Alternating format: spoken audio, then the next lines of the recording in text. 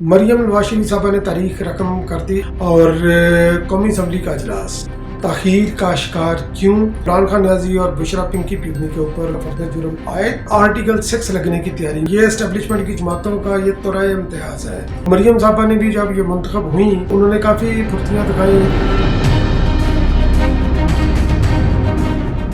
अस्सलाम वालेकुम, मैं अपने चैनल दस्तक विद इफ्तिखार मिर्ज़ा के साथ अरबा कनाडा से आपकी खिदमत में हाजिर हूँ। गुजारिश है कि मेरे चैनल को सब्सक्राइब करें और अपनी कीमती राय से मुस्फिज करें। मरियम नवाज शरीफ साहबा ने तारीख रकम कर दी और मुख्तलिफ मौक़े के ऊपर उनका रद्द-ए-अमल क्या था, जबकि बिलावल भुट्टो ज़रदारी साहब को एक चुभता हुआ सवाल एक खातून साफ़ी ने किया और बिलावल भुट्टो ज़रदारी साहब का रद्द-ए-अमल क्या था, और कौमी असम्बली का अजलास ताख़ीर का शिकार क्यों, और इमरान खान न्याजी और बुशरा पिंकी पिगनी के ऊपर 100 मिलियन पाउंड यानी कि अल-कादर ट्रस्ट वाले केस के अंदर फर्द जुर्म आए और पीटीआई का बाइकाट मगर किस जगह पर, और आर्टिकल 6 लगने की तैयारी मगर किसके ऊपर। इन तमाम पॉइंट्स को मैं डिस्कस करूंगा आज के इस व्लॉग में। तो सबसे पहले मैं बिलावल भुट्टो ज़रदारी साहब का जिक्र करता हूं। और बिलावल भुट्टो ज़रदारी साहब ने हर जगह पर अपनी पॉलिटिकल मैच्योरिटी का उन्होंने इजहार किया है और साबित किया है कि उनकी पॉलिटिकल ग्रूमिंग जो है ना वो ठीक हुई है। वो एक सियासी ख़ानदान से पल कर जो है ना वो आगे आए हैं और उनको पता है कि किस मौके के ऊपर मैंने क्या रद्द-ए-अमल देना है।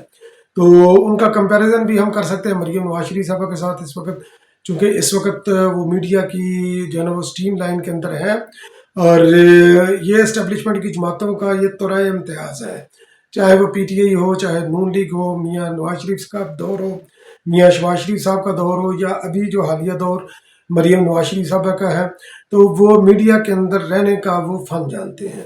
तो मरियम साहबा ने भी जब ये मुंतखब हुई तो उन्होंने काफ़ी फुर्तियाँ दिखाई, इधर उधर ये थानों वगैरह का चक्कर लगाया और यकीनी तौर पर उन्होंने इसकी जो है ना हाईलाइट भी किया, उसको पब्लिश भी हुआ और लोगों ने सराहा भी। ज़ाहिर है कि ये एक बड़ी सस्ती और इजी जो है ना शोहरत की तरफ उन्होंने कदम उठाया, जबकि कंक्रीट कदम जो है ना वो अभी तक उन्होंने कोई भी किसी भी समत नहीं उठाया। खैर अभी उनको दिन ही कितने हुए हैं, वज़ीर आज़म मुंतखब हुए और सॉरी वज़ीर आला मुंतखब हुए पंजाब की, और ओथ लिए उनको अभी चंद दिन ही हुए हैं। तो मगर यह है कि उनकी फुर्तियाँ जो है ना अभी इस वक्त वो स्ट्रीम लाइन के अंदर हैं। तो देखते हैं कि आगे वो चलकर इसको कितना जो है ना वो कंटिन्यू रखती हैं या नहीं रखती। जितनी वो फुर्तियाँ दिखा रही हैं उस हिसाब से वो काम भी करती हैं कि नहीं, क्योंकि लोग डिलीवरी मांगते हैं, लोग अपने मसाइल का हल मांगते हैं, वो उनके पास होगा या नहीं होगा।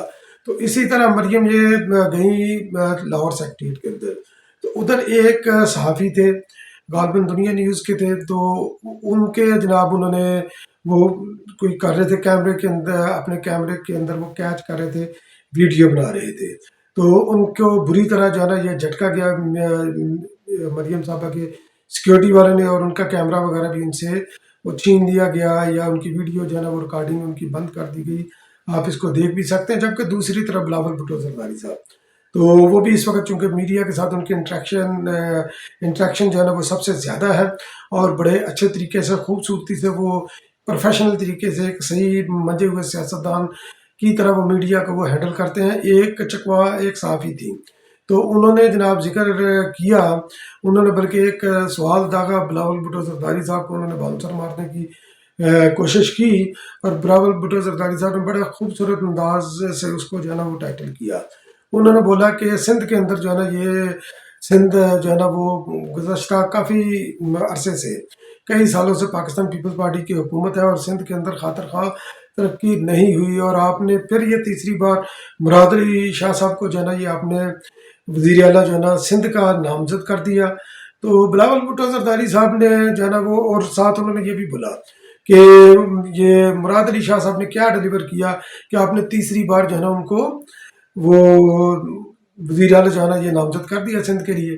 तो बिलावल भुट्टो ज़रदारी साहब ने बजाय इस चीज़ के कि वो जनाब उस साफ़ी के पीछे पड़ते हैं या पाकिस्तान पीपल्स पार्टी को जो दीगर उधर कारकुन थे, लीडर थे, वो उस सहाफ़ी को डिस्करेज करते, तो उन्होंने जनाब बिलावल भुट्टो ज़रदारी साहब ने जो बोला कि आप कहाँ से हैं, बिलोंग करते हैं, उन्होंने बोला कि मैं तो चकवाल से आई हूँ।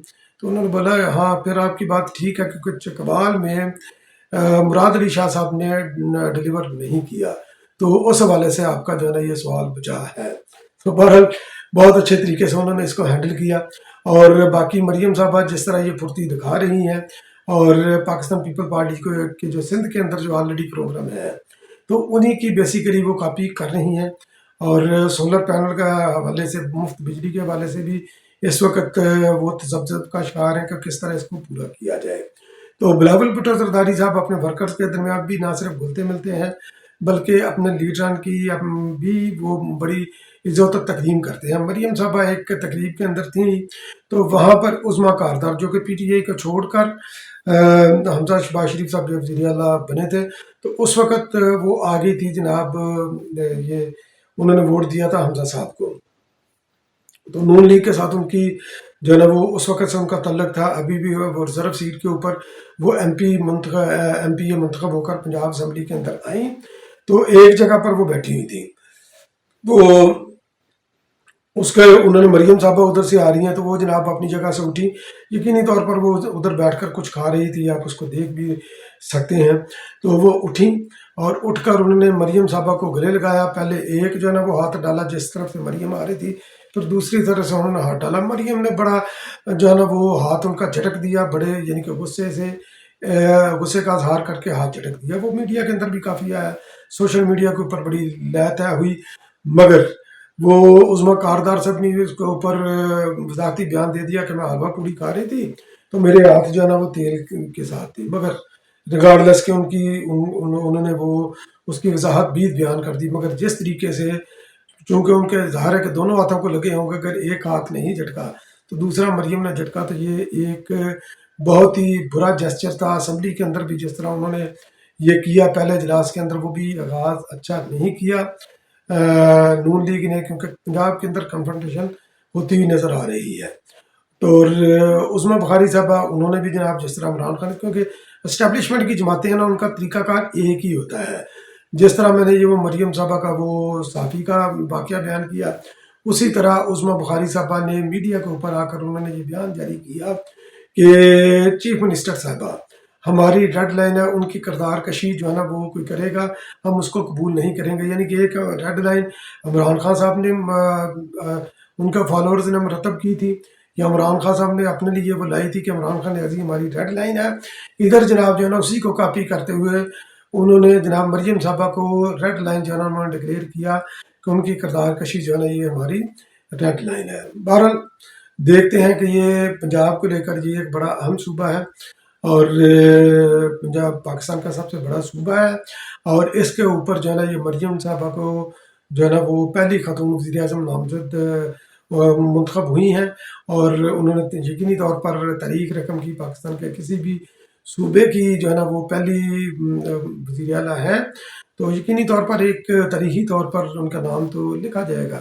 اب عمران خان عزیز صاحب کی طرف آتے ہیں. 190 ملین پاؤنڈ جو کہ القادر یونیورسٹی جو ملک ریاض صاحب کی انہوں نے رائٹ آف کر کے جناب وہ القادر یونیورسٹی کے اندر انہوں نے وہ ایڈجسٹ کروایا تھا, زمین دی اور القادر یونیورسٹی وہ بنوائی ادھر.